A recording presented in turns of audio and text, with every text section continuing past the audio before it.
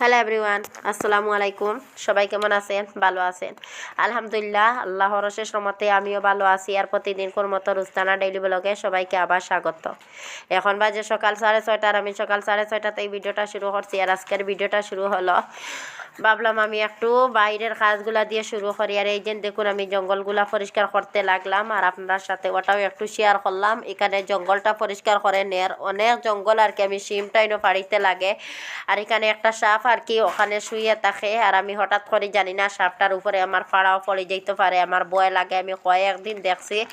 এর কারণে আমার ভয় লাগার কারণে আমি ভাবলাম সকাল সকাল ওটা পরিষ্কার করে নেয়। আর আমি পরিষ্কার করতে লাগলাম, আর আপনারা সাথে ভাবলাম ওটা একটু ছোট্ট করে শেয়ার করি, আর আপনারাও দেখতে থাকুক। আর আমি এই কাজগুলো করতে আমি ভয় পাইনি, কিন্তু আমার সময়টুকু হাতে নাই, বাচ্চারার স্কুলটা। আর এদিকে দেখুন, আমার বাচ্চারা মসজিদে যায়নি, ওরার মসজিদটা বন্ধ।